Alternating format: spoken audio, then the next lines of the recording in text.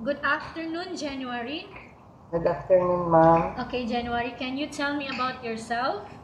Yes, ma'am. I'm January Aride. I'm 36 years old. I'm married and I came from Bacolod branch and I have four kids. Okay, I have a few questions for you to Yes, answer, so let's start. yes, ma'am. Why do you want to work as a maid? I work as a maid because I want to support the financial needs of my family and I want to support the education also of my children, ma'am. Why you choose Malaysia when there is a lot of other country? I choose Malaysia because it is near from the Philippines and it is also, I think it's an open country also, ma'am. How are you qualified for this job? Yeah, I'm qualified for this job because I'm a hardworking person, I'm honest, I'm industrious also, ma'am. May I know what your educational level is? I'm college level only, ma'am. College, are you a graduate or I, undergraduate? I'm undergraduate, ma'am. What is your recent working experience?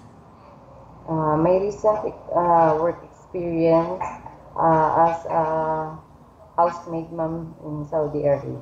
For how many years? I finished my contract 2 years and 2 weeks, ma'am. Do you have experience of taking care of baby? Yes, I have, ma'am. How about elderly? I have also, ma'am, assisting. Assist to the elderly. Yes, ma'am. Do you have any other special skills? Yeah. I know how to iron, know also to dishwash and cook some foods that I will know, ma'am. Are you willing to learn new skills? Yes, ma'am, I can. Are you willing to work with a family where the mother-in-law or any relatives stay Yes, together? ma'am. Currently, are you still working now? No, ma'am. Do you know how to cook Some Filipino foods, ma'am. Filipino foods and? Some Arabic foods if I have a recipe. Are you aware that you will have to do washing, cleaning, ironing, and cooking? Yes, ma'am.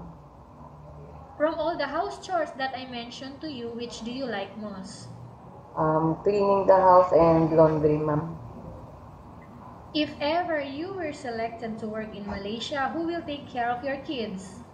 My husband and I hire someone to take care of my youngest son.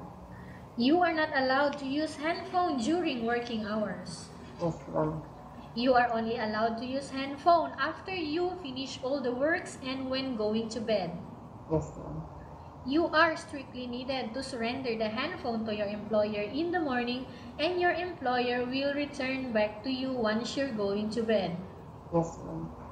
If ever your employer finds out that you're abusing of using your handphone and it's affected your work performance, your employer will confiscate your handphone and you are not allowed to hold it anymore. Yes, ma'am. Instead, your employer will allow you to call to your family 3 times in a month. You only allowed to bring normal phone and you are not allowed to bring smartphone. Are Yes, you ma'am. agreed for the terms and condition? I'm agreed, ma'am. Are you agreed to the rules and regulation for the handphone? I agree, ma'am. How many years is the contract as you agreed and understands? 2 years, ma'am. Can you describe for me your ethics, your attitude? I'm a hardworking person. I'm honest and respectful also, and I'm industrious, ma'am. How can you assure to us that you will work hard in Malaysia? I will work. I will assure my employer that they will not disappoint to choose me, and I will do my job well also. Can you promise not to use the telephone without the permission of your employer? Yes, ma'am. Can you promise not to put on makeup but to dress properly while work? Yes, ma'am.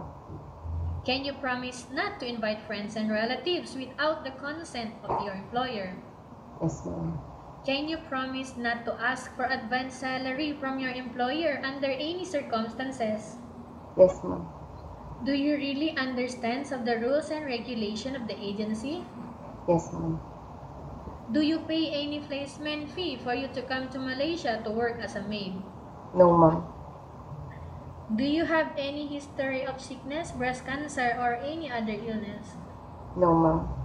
Do you suffer from any skin diseases, allergy, or physical defect? No, ma'am. Do you smoke? No, ma'am.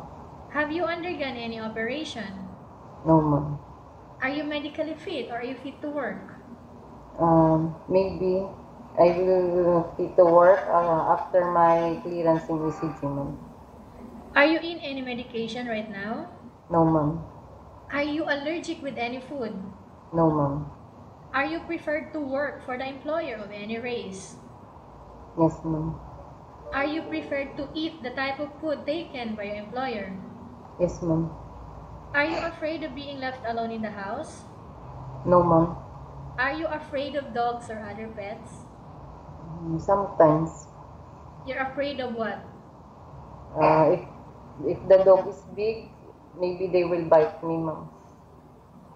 Can you promise not to Okay, can you promise to work according to instruction from your employer? Yes, ma'am. Do you have any immediate family working here in Malaysia? No, ma'am. Okay, January, we have finished our question section. Let's go to case study. I have Yes, a case study for you and I want you to answer me truthfully. yes, ma'am. Upon arrival in Malaysia within 6 months only, if ever any of your family members passed away, what will you do? To be honest and be practical, ma'am, uh, I will support them. I will give them what they need, but I will stay in Malaysia and finish my 2 years contract, ma'am. Okay, again, tell us about yourself, January, and why do you want to work in Malaysia as domestic helper?